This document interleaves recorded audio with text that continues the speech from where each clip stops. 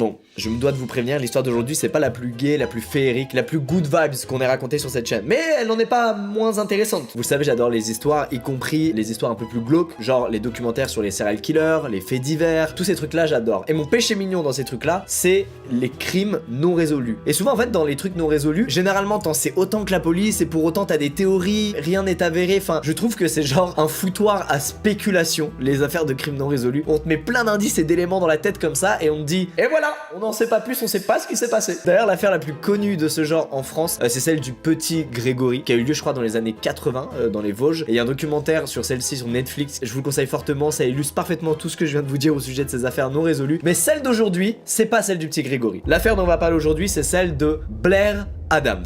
C'est un Canadien de 31 ans qui semble du jour au lendemain avoir perdu la raison et avoir pris la fuite sans qu'on sache pourquoi. Par contre, ce qu'on sait, c'est que quelques jours plus tard, on l'a retrouvé mort à moitié nu sur un parking à des milliers de kilomètres de chez lui. Alors on n'a pas un milliard d'infos sur l'histoire de sa vie, on sait juste que les années qui ont précédé le jour de sa mort, il était contremaître sur des chantiers et qu'il adorait son taf, qu'il s'entendait très bien avec ses collègues, enfin vraiment quelqu'un de normal qui a une vie normale. Cependant, il a eu pendant une petite période de sa vie une bonne addiction à l'alcool et il a réussi à y mettre fin en rejoignant un groupe d'alcooliques anonymes auquel il a été présent tous les jours pendant 2 ans. On est en 1996 et le comportement de Blair change radicalement. Il dort presque plus, il est tout le temps sur ses gardes, il a des sauts d'humeur hyper fréquents, bref ses proches le reconnaissent plus. Alors évidemment face à ce changement de comportement, sa famille s'inquiète, elle le questionne, elle lui dit est-ce qu'il y a quelque chose qui va pas, est-ce que t'aimerais nous parler de quelque chose? Malheureusement Adam reste super vague et il leur dit juste écoutez je devrais pas vous en parler. Et encore à ce jour on sait pas de quoi il s'agit. On est le 5 juillet 1996 et Blair va dans une banque à Vancouver retirer l'intégralité de ses économies. Il met tout ça dans une sacoche noire et il se casse sans dire un mot.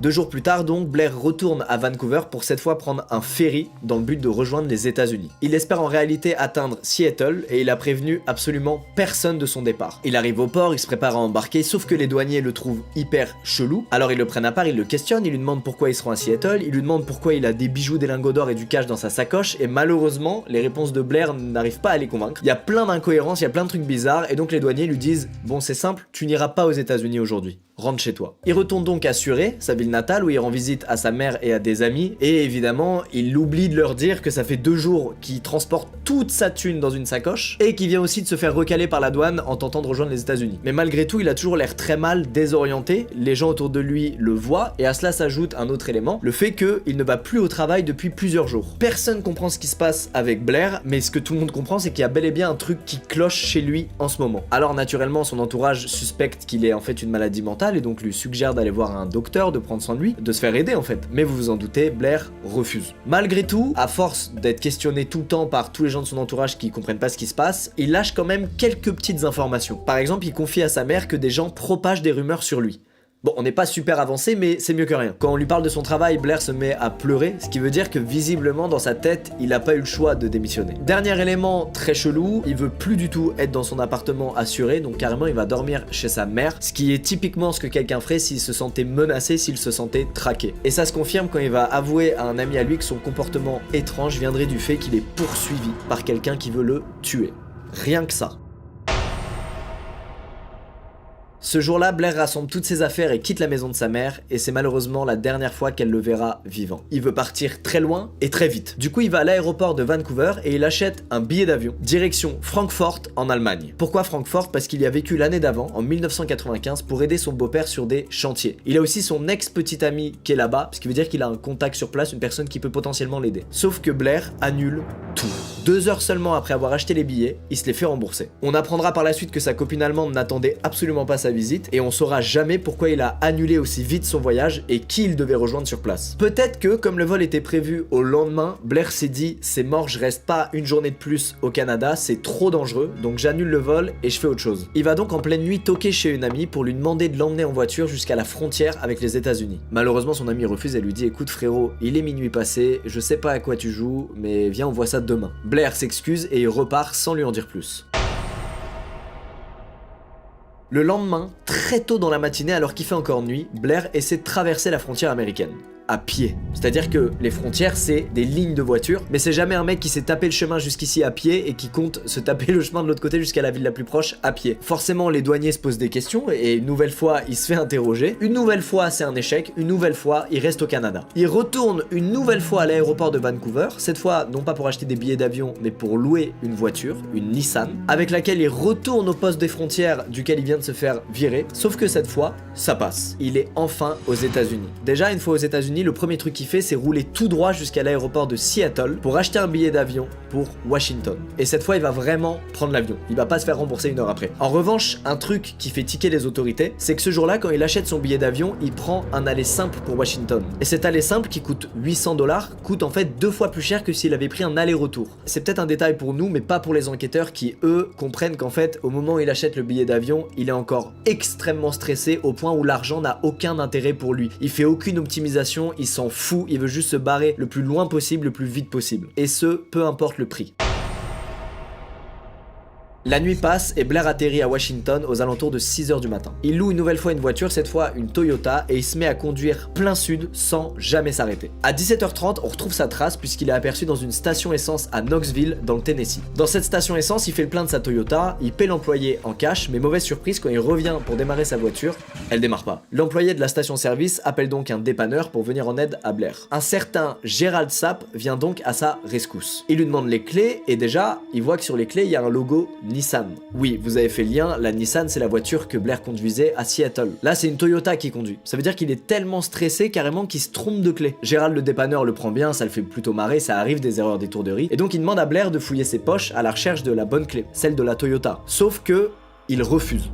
Oui, c'est bizarre, mais vous avez bien entendu. Blair refuse catégoriquement de fouiller dans ses poches. Face à ça, Gérald préfère ne pas se prendre la tête et il remorque la caisse. Il propose à Blair de le déposer à l'hôtel le plus proche, le Fairfield Inn, un hôtel d'affaires en périphérie de Knoxville. Blair rentre dans l'hôtel, mais au lieu d'aller réserver sa chambre, il va faire plein de va-et-vient entre l'accueil et l'extérieur.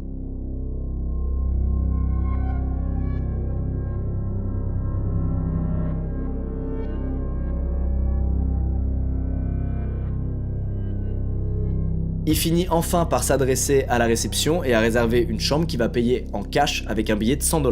Il récupère la carte d'accès à sa chambre, mais il part tellement vite que la réceptionniste n'a même pas le temps de lui rendre sa monnaie. L'hôtel va régulièrement appeler sa chambre pour lui dire de se rendre à la réception pour récupérer sa monnaie, mais Blair ne décrochera jamais. Tout simplement parce qu'il n'est jamais allé dans sa chambre. À 19h30, on le voit quitter l'hôtel sur les caméras de surveillance et c'est la toute dernière trace qu'on aura de lui. Il est 7h du matin et une équipe d'ouvriers se rassemble au 74-71 Crosswood Boulevard. Ils travaillent sur le chantier d'un hôtel en construction situé juste en face du Fairfield Inn, l'hôtel où devait dormir Blair. Ils boivent un café, ils commencent à sortir du matériel et ils voient au loin quelqu'un allongé par terre dormir sur le parking. Ils vont à sa rencontre pour lui demander de partir, mais ils se rendent compte que c'est ni un squatteur ni un sans-abri, c'est un cadavre. La police est contactée et les officiers qui arrivent sur place commencent à sécuriser la scène de crime. Ils fouillent dans les poches du cadavre et ils découvrent rapidement son identité. C'est Blair Adams. A défaut de pouvoir vous dire ce qui s'est passé, on le sait toujours pas à l'heure actuelle, je peux vous dire tout ce qu'ils ont trouvé sur cette scène de crime. Déjà, le corps est en piteux état, c'est-à-dire qu'on aperçoit énormément de blessures, dont une grosse entaille au front. Vu le choc, c'est probablement un coup de barre de fer ou un coup de pied de biche qui a causé une blessure pareille. Les policiers découvrent également des lésions sur les mains de Blair, qui sont des blessures typiques de quelqu'un qui a voulu se défendre d'une agression. Blair aurait donc reçu plusieurs coups violents, infligés par un mystérieux assassin. En revanche, ce qu'il a tué, c'est non pas ce coup au front, c'est un coup qu'il aurait reçu dans l'estomac et qui aurait été tellement fort que l'estomac se serait rompu, provoquant une hémorragie et un choc septique. Les blessures sont impressionnantes, mais la scène de crime reste mystérieuse. Blair est retrouvé à moitié nu, avec son jean descendu jusqu'aux chevilles. Il a plus ses chaussures aux pieds, ses chaussettes, elles, sont retournées de l'intérieur et posées à côté de son corps. Et chose d'autant plus bizarre, c'est que les policiers vont retrouver l'équivalent de 4000 $ en devises allemandes, canadiennes et américaines éparpillées tout autour de son corps. Ils vont aussi retrouver sa fameuse sacoche, toujours remplie des bijoux et des lingots d'or qu'il y a mis quelques jours plus tôt. C'est ça le truc le plus bizarre, c'est que là où les personnes qui l'ont tué n'en avaient absolument pas après son argent. Ils n'ont rien pris. Entre le fait que toutes ces affaires soient éparpillées comme ça autour de lui et le fait qu'il soit à moitié à poil, on se demande si en fait ces agresseurs ne cherchaient pas quelque chose qu'ils cachaient sur lui. En plus de ça, d'après les autorités, il présenterait aussi les signes d'une agression physique sexuelle. Ces ravisseurs seraient donc peut-être allés jusqu'à chercher à l'intérieur de Blair. Bref, la moindre des choses qu'on puisse dire, c'est que c'est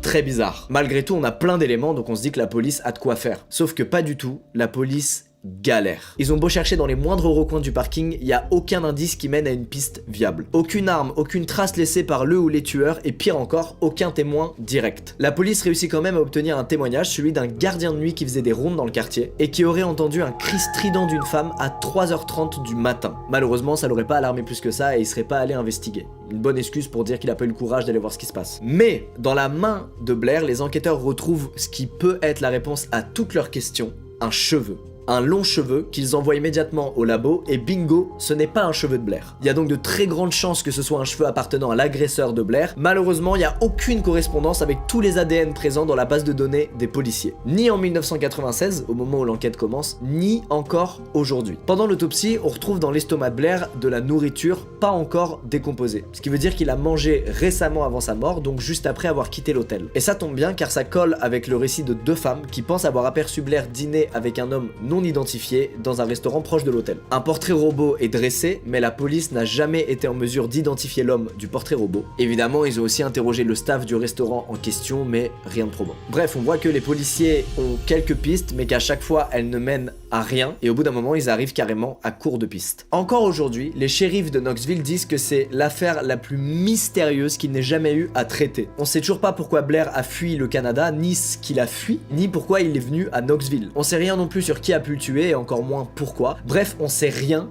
tout court. Avec le temps, l'affaire tombe un peu dans l'oubli, normal. Mais il y a quelques émissions de télé qui vont y consacrer 1 ou 2 épisodes, ce qui va relancer un peu l'intérêt autour de ce meurtre et potentiellement apporter de nouveaux témoignages. Et justement, ça va permettre de révéler un peu les comportements étranges des parents de Blair. Des années après le meurtre, la mère de Blair retourne voir la police pour leur dire que finalement, elle savait pourquoi son fils s'est rendu aux États-Unis. Pourquoi elle l'a pas dit avant? Bah tout le monde se pose la question. D'après elle, c'est pour se rendre aux Jeux Olympiques d'Atlanta.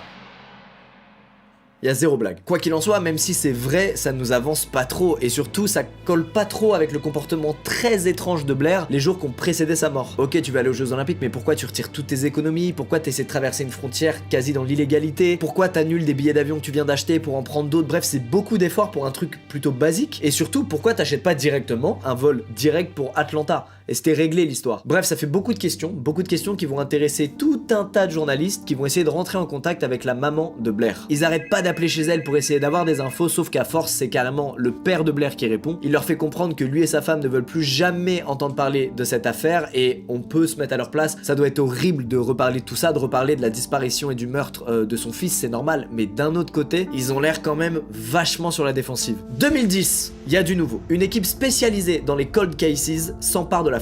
Les cold cases, au-delà d'être un mot que je prononce très mal en anglais, c'est toutes les vieilles affaires non résolues sur lesquelles on fait bosser des nouveaux policiers qui peuvent apporter un regard neuf ou des nouvelles technologies qui permettent de faire avancer l'enquête. Alors, tout le monde reprend un peu espoir. Ça donne rien. Ils trouvent aucune nouvelle piste, ils sont face à un mur et la police pense que cette affaire n'avancera plus jamais. À moins que quelqu'un se décide à parler. Maintenant que vous savez tout, on peut passer aux théories. Et oui, c'est tout ce qui nous reste à faire sur ces affaires, c'est spéculer et avoir des théories en attendant de nouvelles preuves. Et vu que ça me rend dingue qu'on n'ait pas le fin mot de l'histoire, je vais vous donner quelques-unes des théories les plus connues. Comme ça, je me sentirai un peu moins seul. Premièrement, on pense tout de suite à l'hypothèse que Blair était bel et bien poursuivi par quelqu'un qui lui voulait du mal. Blair emprunte de l'argent à quelqu'un, il a une dette, il n'arrive pas à la rembourser, donc il se fait éliminer. Mais vous le savez, ça correspond pas avec ce qu'on a trouvé autour du corps de Blair, à savoir beaucoup d'argent. Autre théorie. Et si c'était pas un règlement de compte, mais que c'était tout simplement un contrat d'élimination parce que Blair aurait des infos compromettantes sur un cartel ou une entreprise. Alors, ce genre de contrat, ça donne généralement lieu à des meurtres plutôt clean, entre guillemets, c'est-à-dire il n'y a pas 1000 preuves autour de la scène de crime, et surtout, la plupart du temps, on retrouve pas les victimes. Et si c'était un gros mafieux, nous on le saurait pas, mais la police l'aurait su, d'une manière ou d'une autre. Nouvelle hypothèse, Blair n'était en fait poursuivi par personne. Il avait peut-être bel et bien une maladie mentale jamais diagnostiquée qui s'est manifestée. Il était en pleine crise paranoïaque et il avait vraiment peur d'être tué. Mais alors du coup, pourquoi il se serait fait tuer? Eh ben ce serait une coïncidence. Le hasard fait qu'il s'est retrouvé au mauvais endroit, au mauvais moment. Mais dans ce cas quand même, pourquoi Blair était à moitié à poil avec toutes ses affaires éparpillées autour de lui et ses chaussettes retournées? C'est bizarre. C'est la thèse la plus probable selon les policiers, mais il y a une dernière thèse que moi j'aime bien. Il y a pas mal de gens qui pensent que en fait ce serait peut-être lié à la prostitution, ce qui expliquerait pourquoi on l'a retrouvé à moitié nu. Cette théorie du coup dit que peut-être qu'il aurait vu une prostituée et qu'il l'aurait agressée. Elle aurait donc appelé à l'aide, donc un de ses macs serait venu la défendre et aurait défoncé Blair. À chaque fois il y a des éléments dans chaque théorie qui sont en contradiction avec la théorie en question ou qui font douter et c'est horrible. Bref, je le sais, vous êtes très frustrés de ne pas avoir le fin mot de l'histoire comme moi. Ah je suis content, je suis plus le seul. Ah je suis heureux. Quoi qu'il en soit, j'espère que l'affaire avancera, ne serait-ce que pour la famille de Blair qui est restée sans réponse. Je vous laisse là-dessus, je vous laisse débattre entre vous. Voilà, là je sais que ça va partir en débat si vous avez regardé cette vidéo à plusieurs. Sachez que 99% de nos théories sont fumeuses, vu que nous ne sommes pas policiers, mais qu'elles kiffent quand même de se croire enquêteurs pendant 2 minutes. Là je vais me mater un petit documentaire, je vous cache pas, je vous laisse. Bisous tout le monde.